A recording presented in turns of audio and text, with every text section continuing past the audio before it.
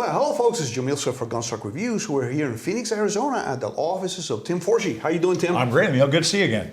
Tim, of course, is an attorney and his focus is in the firearms industry. Firearms law, yes sir. Okay, great. So I have a question for you and I want you to get this straight with everybody. What's the definition of concealed carry? Well, it's a definition that each person has to reach for themselves. With regard to most of my experience, most of my clients and most of my students in my CCW classes over the years seem to think that concealed means nobody can see your gun. And while that's certainly true, it's not enough. There's a lot more to it than that.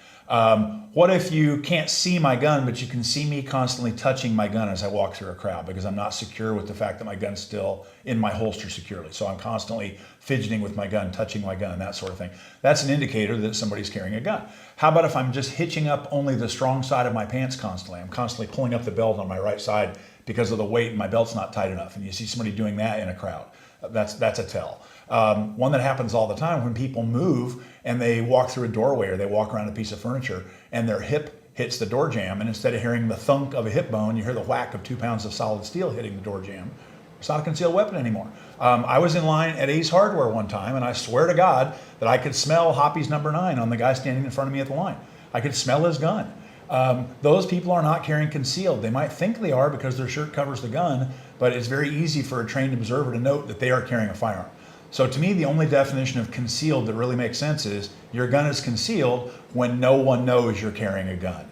And then the follow-up from that, which is kindergarten elegant and beautiful, is that if no one knows you're carrying a gun, it is literally impossible to get in trouble because you're carrying a gun. You know, that's perfect description, and that, you know, I should learn from that because sometimes, you know, don't cinch my belt tight enough and you sort of in the back of your head, you know, you're going like, oh, really, I don't want my gun to show and all that.